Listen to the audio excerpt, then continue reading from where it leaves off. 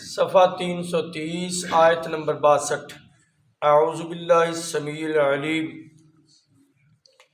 من الشیطان الرجیم، بسم اللہ الرحمن الرحیم۔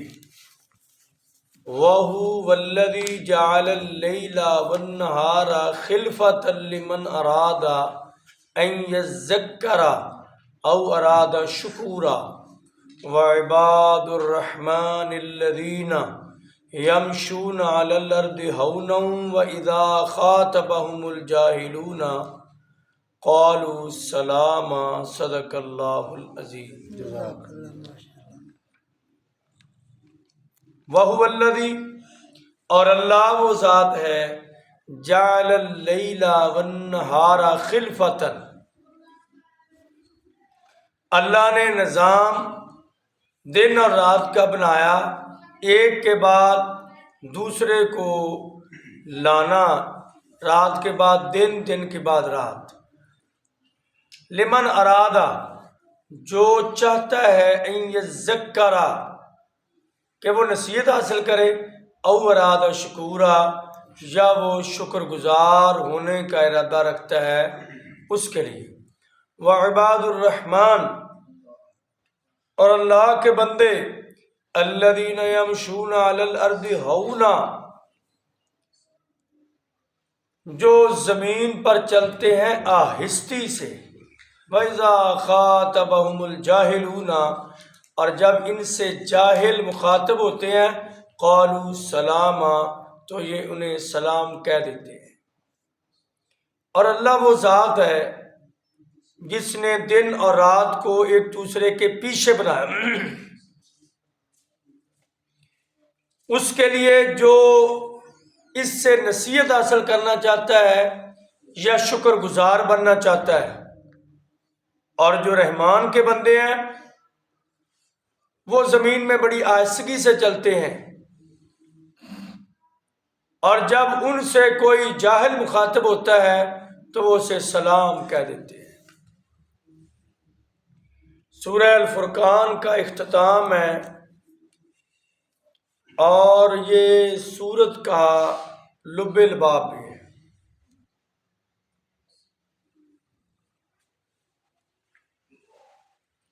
یہ غور کرنے سے بات سمجھ آتی ہے، اللہ تعالیٰ کا قرآن پاک بڑا وسیع ہے، معنی مفہوم اور علم کی گہرائیاں بہت زیادہ ہیں۔ کم از کم اتنا آپ ذہن میں رکھیں کہ پوری آیت کا لب الباب آخری لفظ میں اللہ ذکر کرتے ہیں، آیت کے آخر میں، اور سورت کا لب الباب اس کے آخر میں ذکر کرتے ہیں۔ تو یہ سورت جو ہم نے پڑھی ہے، جس کے اندر توحید کے دلائل، رسالت کے دلائل، پھر اعتراضات کا رد اور جواب، اس میں اللہ تعالیٰ اپنا تعارف اور پہچان بھی کروا رہے ہیں۔ اللہ کون ہے، کس قدر ڈیٹیل اور تفصیل سے عنوان اللہ نے یہ بہت ساری صورتوں میں ذکر کیا کہ اللہ کون ہے۔ لیکن بدبختی کا عالم یہ ہے کہ لوگ دنیا کی ہر کتاب کو پڑھنے کے باوجود بھی اللہ کے معاملے میں اندھے اور نبینے سے بھی گئے گزرے ہیں۔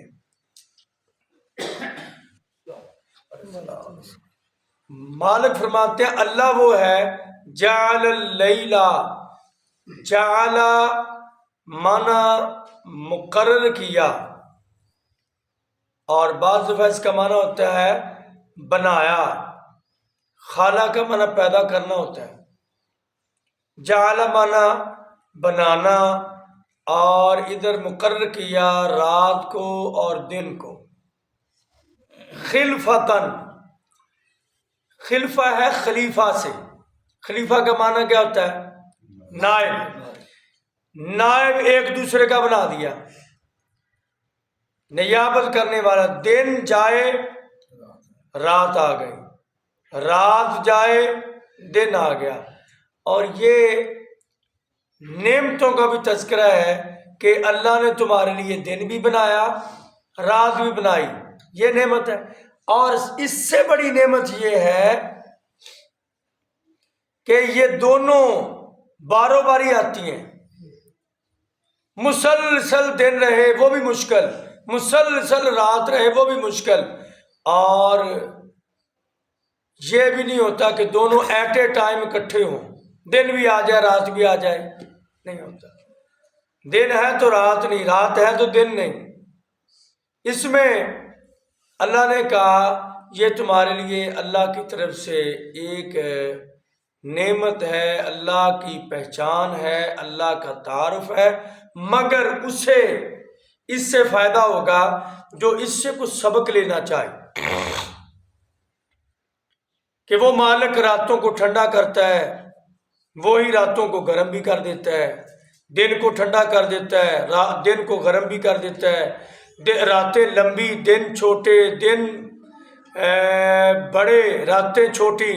تو یہ چینجنگ موسم میں، رات دن میں، ان کے آنے جانے میں، یہ ریموٹ کنٹرول، یہ نظام، یہ کون چلا رہا ہے، یہ کبھی غور کرنے والا غور کرے۔ کسی انسان کے ہاتھ میں ہو تو یہ لوگوں نے شور نہیں ڈال دیا کہ ترکی اور شام میں جو زلزلہ آیا وہ فلانے نے اس کے پیچھے فلانے کا ہاتھ ہے، امریکہ کا ہاتھ ہے، تو لوگ یہ شور تو ڈال رہے ہیں، حقیقت ہے یا نہیں وہ بعد کی بات ہے۔ مطلب یہ دن رات کے لانے جانے میں اللہ کے علاوہ یہ کسی کا کنٹرول اور اختیار ہے تو بتاؤ؟ صرف ایک اللہ کا کنٹرول ہے اس کے اندر، اور کسی کے اندر طاقت نہیں۔ لمن اراد ان یذکر، کو بندہ ہے اسی سے سیکھ لے کہ دن بندے کی زندگی کی طرف اشارہ کرتا ہے، جیسے انسان زندہ ہے، اور رات موت کی طرف اشارہ کرتی ہے۔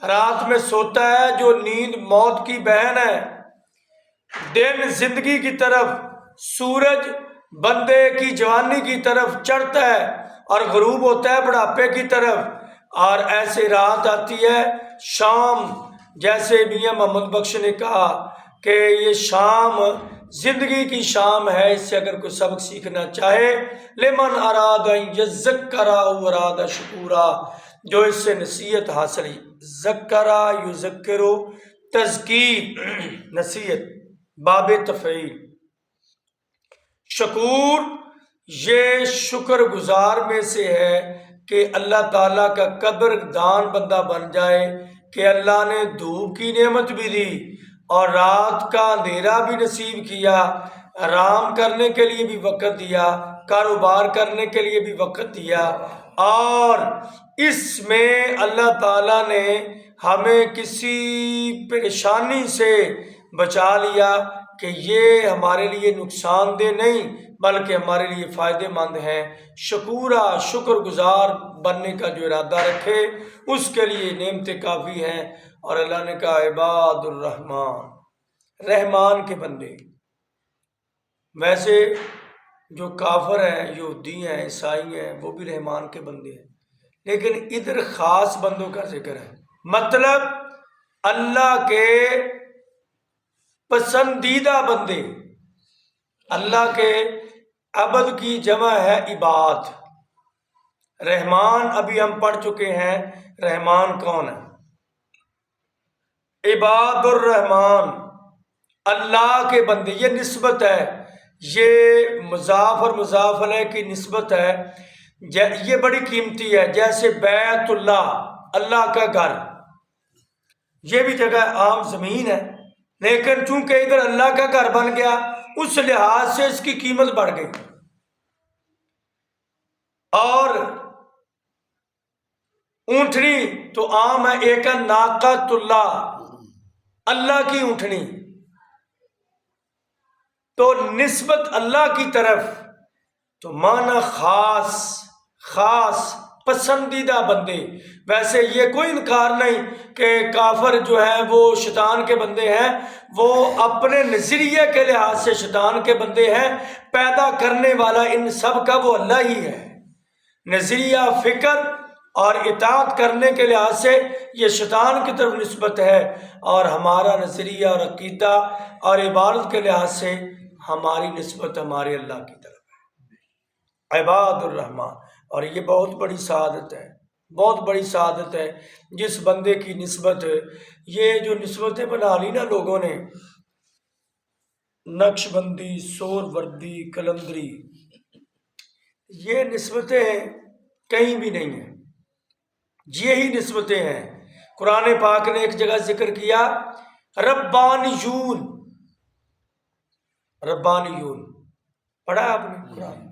اس کا معنی کیا ہے؟ رہبانیت، اپنے درویشوں کا رب بنانا، رب والے، رب بانی، ایسے پڑھ ربانی، یون کے جمع اس کی، رب والے، ربانی، وعد ربانی یون، رب والے، رب کی طرف نسبت ہونی چاہیے، کسی غیر کی طرف نسبت نہیں کرنی چاہیے۔ ہماری نسبت ایک اللہ کی طرف، اللہ کے بندے، قادر اللہ ہے۔ اگر قادری کہلوانا ہے قادر کے لحاظ سے تو وہ قادر اللہ ہے، تو پھر بڑی اچھی بات ہے، قادری اللہ والے۔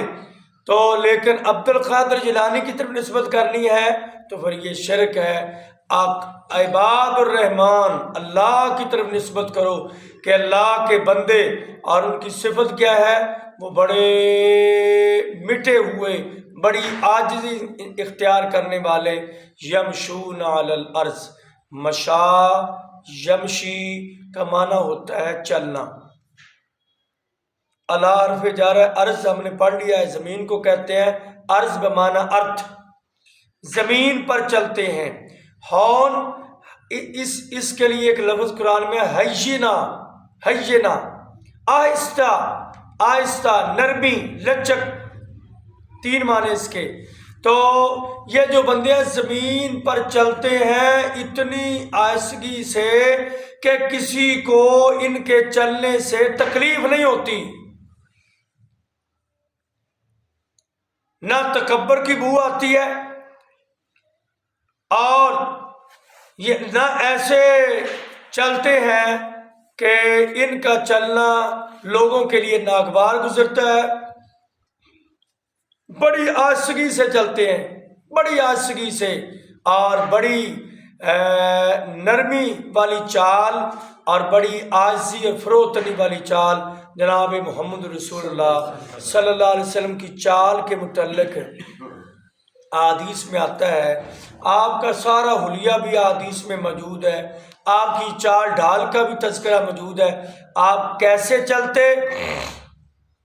احادیث میں آتا ہے کہ نبی پاک ایسے چلتے جیسے بندہ اونچائی سے گہرائی میں آ رہا ہے۔ وہ کیسے چلتا ہے بندہ؟ آہستہ، ایک سنبھل کے، دو، تیسرا یہ ہے، اور کیا آپ نکالیں گے اس سے مطلب؟ نگاہ نیچی کر کے، وہ اونچائی سے نیچے آنا ہو تو بندہ بڑے دھیان سے نیچے دیکھ کے چلتا ہے نا، تو ادھر ادھر بازار میں دیکھنا یہ نبی پاک کا چال میں طریقہ نہیں ہے۔ اور چوتھا معنی مضبوطی سے پاؤں رکھنا، پاؤں کو مضبوطی سے رکھ کر ایسے آقا چلا کرتے تھے، لیکن اس میں عاجزی اور انکساری والی چال تھی۔ تو یہ اللہ نے صفات بیان کی ہیں اللہ کے بندے۔ اللہ کے بندوں سے مراد اس وقت کون بندے تھے اسلام کی تاریخ میں؟ آپ کی نظر میں اس وقت کون تھے؟ ہم تھے یا کوئی اولیاء اکرام تھے یا تابعین اعظام تھے یا ائمہ دین تھے یا کتب تھے یا ابدال تھے یا کوئی کلندر تھے؟ کون تھے وہاں؟ صحابہ اکرام تھے، صحابہ اکرام تھے۔ تو کتنے عظیم لوگ اور کتنی عظیم ہستیاں تھیں جن کا تذکرہ اللہ نے کہا کہ یہ میرے بندے ہیں، میرے، ان کی شان کے لیے اتنا جملہ کافی ہے۔ اللہ کہتے ہیں، ہم کہتے ہیں ہم اللہ کے بندے، اور اللہ کہتے ہیں یہ میرے بندے ہیں۔ وعباد الرحمن الذین یمشون علی الارض ہونا، بڑی آہستگی والی چال چلتے ہیں، اور ایک خوبی دوسری یہ ہے وَإِذَا خَاطَبَهُمُ الْجَاهِلُونَ، اور جب، اذا کا معنی جب ہوتا ہے، خاطب مخاطب، خاطب سے خاطبہ یخاطب مخاطباً، یہ باب مفعلہ ہے اور فعل ماضی ہے جب وہ مخاطب ہوتے ہیں جاہلون، جاہلوں سے، جب جاہلوں سے ان کا کوئی آمنا سامنا ہوتا ہے تو پھر ان سے الجھتے نہیں، ان سے مقابلہ نہیں کرتے، ان سے وہ باتوں میں برابری نہیں کرتے، بلکہ کیا کہتے ہیں قالوا سلاما، ایک معنی ان کو سلام کہہ کے چلا جاتے بھی ہمارا تمہارے ساتھ کوئی مقابلہ نہیں، بلکہ ان کو سلام کہہ کے چلے جاتے ہیں بھی ہم تمہیں سلام کہہ کے جاتے ہیں، ہم تمہارے ساتھ الجھتے نہیں۔ جو جاہل انجان اور کم علم اور نادان لوگ ہیں ان سے الجھنے سے بندے کے اندر خود گناہ گاری پیدا ہوتی ہے، بلکہ ان کی طرف سے کچھ باتیں سن کے آدمی پریشان ہوتا ہے، بلکہ ان کو آدمی دیکھے تو ان کو سلام کہہ کے گزر جائے۔ ان سے الجھنا اور ان سے مخاطب ہونا یا ان سے مقابلہ بازی کرنا درست نہیں۔ نادان لوگوں کو سلام کہہ کے گزر جانا یہ انسان اچھے کا خاصہ ہے، یعنی زیادہ فضول باتیں نہیں کرنی۔ ہاں جو بندہ سمجھتا ہے، جس سے آپ ضرورت محسوس کریں کہ یہ بندہ آپ سے بات حاصل کر رہا ہے اور فضول باتیں نہیں کرتا، اس کو آپ دین کی تبلیغ بھی کر سکتے ہیں، آپ ان کو سمجھا بھی سکتے ہیں۔ یہ عباد الرحمن کی دو خوبیاں کا اس آیت میں ذکر ہوا کہ اللہ کے بندے زمین پر آسکی سے چلتے ہیں اور جاہلوں کے ساتھ ان کا انداز بہت نرمی والا ہوتا ہے، ان کو برا لہجہ، سخت لہجہ، ترش لہجہ اختیار نہیں کرتے، بلکہ سلام کہہ کے گزر جاتے ہیں۔